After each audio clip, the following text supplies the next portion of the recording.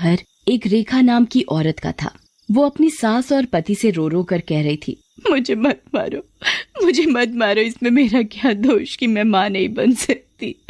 और किसका दोष है? क्या हम अचार डालेंगे? तू एक बांझ है, चली जा हमारे घर से। माँ जी मैं कहाँ जाऊंगी, मेरा है ही कौन, मुझे घर से मत निकालो। तभी रेखा का पति अजय अपनी माँ को कहता है, माँ ये ऐसे नहीं मानेगी, इसे तो मैं ऐसा मजा चखाऊंगा कि जिंदगी भर याद रखेगी। इतना कहकर अजय अपनी बेल्ट निकाल कर रेखा को जोर जोर से मारने लगता है। उसकी बेल्ट की मार से रेखा चीखने लगती है, छोड़ दो मुझे, मत मारो, अरे सालिमो मैंने तुम्हारा क्या बिगाड़ा है जो तुम मुझे इतनी बेरहमी से मार रहे हो। और मार इसे तभी जाएगी ये इस घर से, दे नहीं सकती। बड़ी मोटी चमड़ी है इसकी, ये इस घर से जाने का नाम ही नहीं ले रही।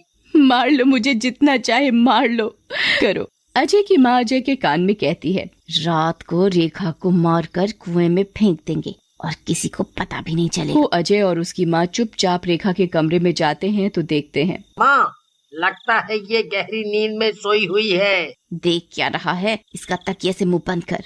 अजय और उसकी माँ रेखा का तकिए से मुंह बंद करते हैं। तभी रेखा जाग जाती है, मुझे मत मारो, छोड़ दो मुझे। रेखा चिल्लाती है, तड़पती रहती है, पर अजय और उसकी माँ को रेखा पर जरा भी दया नहीं आती और रेखा तड़पती हुई मर जाती है। और कुछ दिनों बाद अजय की माँ अजय की शादी एक लड़की से कर देती है जिसका नाम अंजलि था और वो अपनी बहू अंजलि को आशीर्वाद देती है, जल्दी से तू मुझे इस घर का चिराग। अपने कमरे में चली जाती है तो देखती है कि उसके सामने एक चुड़ैल खड़ी है।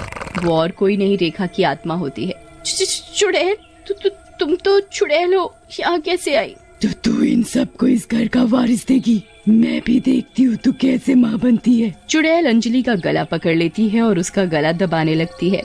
चुड़ैल के ऐसा करने से अंजलि की चीख निकल जाती है, बचाओ, मुझे बचाओ, ये मुझे मार डालेगी। अंजलि की आवाज सुनकर अजय और उसकी माँ दौड़ते हुए अंजलि के पास आते हैं। तब तक चुड़ैल अंजलि को मार कर गायब हो जाती है।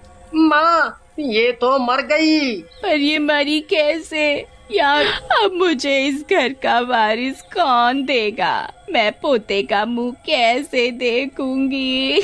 तभी अजय अपनी माँ को समझाता है, माँ क्या हुआ अगर ये मर गई, मैं और शादी कर लूंगा, तू जरूर पोते का मुंह देखेगी। उन सब की बात चुड़ैल सुन रही होती है। पोते का मुंह, इन्हें इस घर का वारिस चाहिए, ये जिंदा बचेंगे तब ना।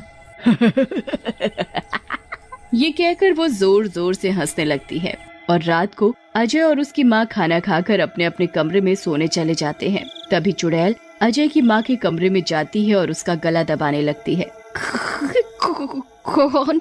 चुड़ैल तुम तो रेखा हो, तुम तो मर गई थी। हाँ मैं मर गई थी, अब तुझे मारने आई हूँ।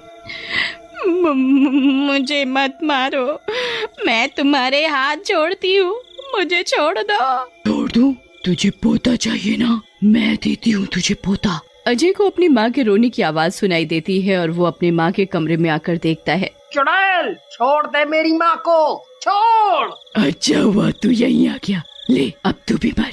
इतना कहकर चुड़ैल अजय का भी गला दबाने लगती है। अजय और उसकी माँ दर्द से चीखते हुए चुड़ैल से कहते हैं, हमें मत मारो, छोड़ दो हमें माफ कर दो, छोड़ दो हमें।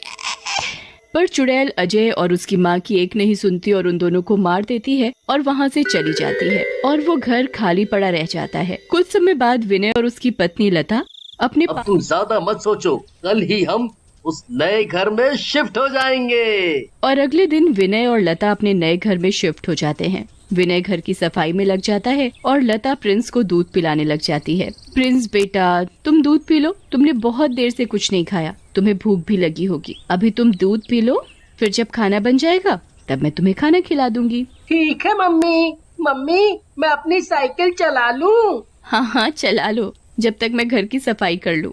ये कहकर लता घर की सफाई में लग जाती है। प्रिंस अपनी साइकिल चलाने में लग जाता है। तभी चुड़ैल प्रिंस के पास आती है और उसे बड़े प्यार से देखने लगती है, जैसे मानो प्रिंस उसका ही बच्चा हो।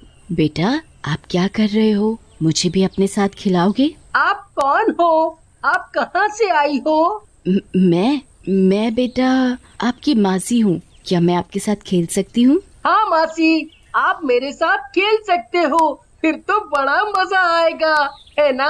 हाँ बेटा। मासी, अब मैं थक गया और मुझे बड़ी जोरों की भूख भी लगी है। मैं खाना खाने जा रहा हूँ। तुम्हें भूख लगी है? लो, मैं तुम्हारे लिए खाना लेकर आती हूँ। चुड़ैल प्रिंस के लिए अपने जादू से खाना लेकर आती है और वो प्रिंस को खाना खिलाने लगती है। मासी, आप तो बहुत अच्छी हो। ज्यादा बातें मत बनाओ, अब जल्दी से अच्छे बच्चे की तरह खाना खत्म कर लो। चुड़ैल प्रिंस को खाना खिला रही होती है, तभी लता वहाँ आ जाती है। प्रिंस को अकेले अकेले किसी के साथ खाना खाते देख लता डर जाती है। प्रिंस बेटा, आप किससे बातें कर रहे हो और आप किसके साथ खाना खा रहे हो? यहाँ तो कोई नहीं है ना, ये मासी बड़ी अच्छी है। मुझे भूख लग रही थी तो मासी ने ही मुझे खाना खिलाया और वो मेरे साथ खेलती भी है। कहाँ है वो? तभी चुड़ैल अचानक से गायब हो जाती है। अरे, ये मासी तो अभी इधर ही थी, पता नहीं कहाँ गई। लता अपने काम पर चला जाता है। लता प्रिंस को कमरे में बिठाकर रसोई में काम करने चली जाती है। तभी चुड़ैल प्रिंस के पास आती है। प्रिंस बेटा, आप कैसे हो? मासी, मेरी अच्छी मासी, आप कहाँ चली गई थी? मैं कब से अकेला खेल रहा हूँ। चुड़ैल प्रिंस को पकड़कर अपनी गोद में बिठा लेती है और उसे बड़ी जोर से गुदगुदी करने लगती है। मासी, मुझे गुली गुली हो रही है। प्लीज प्लीज मत करो। प्रिंस के जोर जोर से हंसने की आवाज सुनकर लता आ जाती है और उसे गोद में उठा लेती है। प्रिंस बेटा, आप किससे बातें कर रहे हो और आप इतनी जोर जोर से क्यों हंस रहे थे? वो मासी मुझे गुली गुली कर रही थी ना। कहाँ है तुम्हारी मासी? प्रिंस चुड़ैल की तरफ हाथ उठाकर कहता है। ये है मासी, और ये बहुत अच्छी है। ये मुझे बहुत प्यार करती है, मेरे साथ खेलती है, मुझे खाना खिलाती है। पर बेटा, यहाँ तो कोई नहीं है। ये तो रही, ये बैठी है। लता बुरी तरह डर जाती है और वो प्रिंस को अपनी गोद में उठा लेती है। फिर वो विनय को फोन करके घर बुलाती है। हेलो विनय, आप घर जल्दी आ जाओ और पास वाले मंदिर में जो पुजारी जी हैं उन्हें लेते आना। आखिर बात तो बताओ कि हुआ क्या है? जब आप घर आओगे तब मैं आपको सारी बात बताऊंगी। अभी मैंने आपसे जो बोला है आप वो करो। ठीक है। विनय पुजारी को लेकर घर आता है। लता विनय और पुजारी जी को सारी बात बताती है। ठीक है, समझ गया। हमें घर की शुद्धि करनी पड़ेगी। हमें यहाँ चुड़ैल को बुलाना पड़ेगा और उससे उसके मन की बात पूछनी पड़ेगी। आखिर वो यहाँ क्यों है और ये आपके बेटे को क्यों दिखाई देती है? पुजारी चुड़ैल को मंत्र शक्ति से बुला लेता है। चुड़ैल पुजारी को सारी बात बताती है। पुजारी हवन पूजा करके चुड़ैल की आत्मा को शांति प्राप्त करवा देता है। तब से चुड़ैल विनय के घर से चली जाती है।